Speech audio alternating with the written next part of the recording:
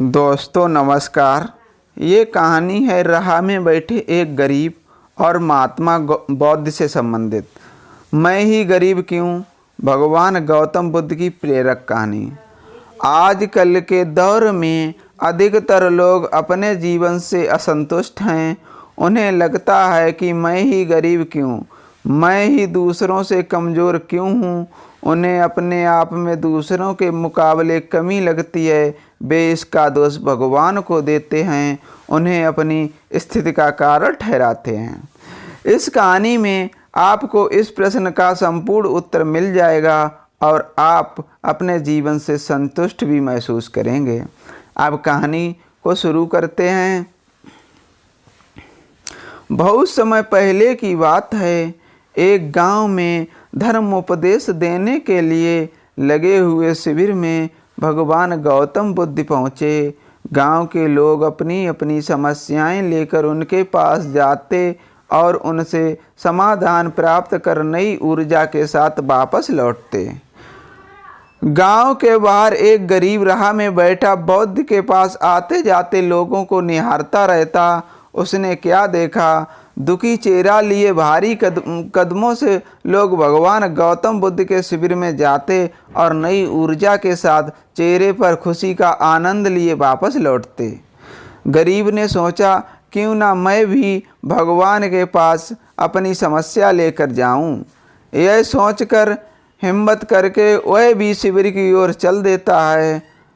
शिविर में एक एक कर क्रमबद्ध तरीके से व्यक्ति प्रवेश मिलता है, इसलिए वह भी अपनी बारी की प्रतीक्षा करने लगा।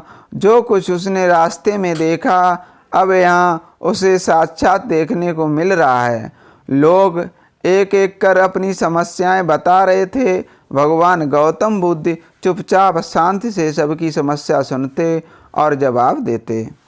उसकी भी बारी आई। उसने भगवान गौतम बुद्ध को प्रणाम किया और बोला, भगवान मैं ही गरीब क्यों। भगवान गौतम बुद्ध मुस्कुराए और बोले, तुमने कभी किसी को कुछ ही दिया ही नहीं, इसीलिए गरीब हो। इस पर वह आश्चर्य से भगवान गौतम बुद्ध का मुंह ताकने लगा और बोला, भगवान मेरे पास कुछ देने के लिए है ही नहीं, बड़ी मुश्किल से गुजारा हो पाता है और कभी कभी तो भूखा ही सोना पड़ता है, इतना गरीब हूँ।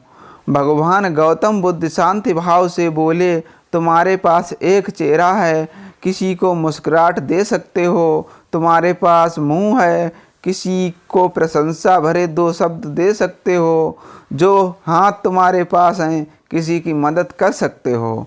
दरअसल जिसके पास ये तीन चीज़ें हैं, भला वो कैसे गरीब हो सकता है। गरीबी का भाव मन में होता है, मन से यह भ्रम निकाल दो। लोगों को देते जाओ, गरीबी अपने आप ही दूर हो जाएगी।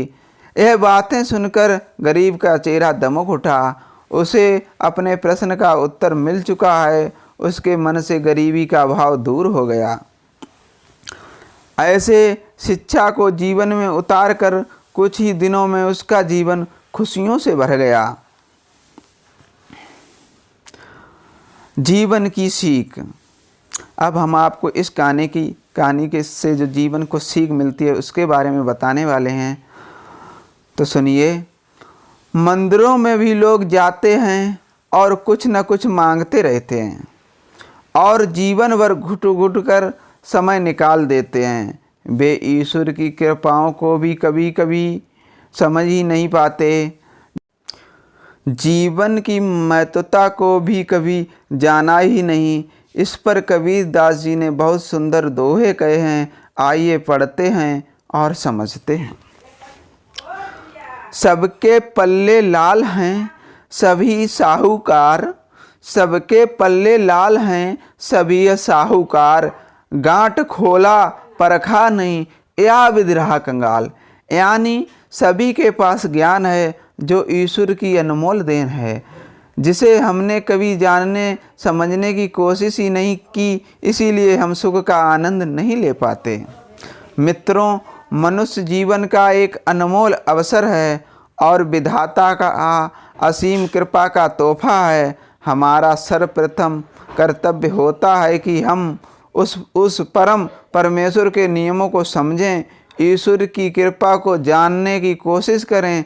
और इसका आसान तरीका है खुद को समझना, हमारा अस्तित्व क्या है, हमारा लक्ष्य क्या है और हमारे क्या कर्म हैं आदि। अगर कहानी अच्छी लगी हो तो प्लीज़ मेरे वीडियो को लाइक करिए और चैनल को सब्सक्राइब ज़रूर करिए, ताकि आने वाले कहानियों का नोटिफिकेशन आपको जल्दी मिल सके। तो इसके लिए बेल आइकन ज़रूर दबा लीजिए। Thank you.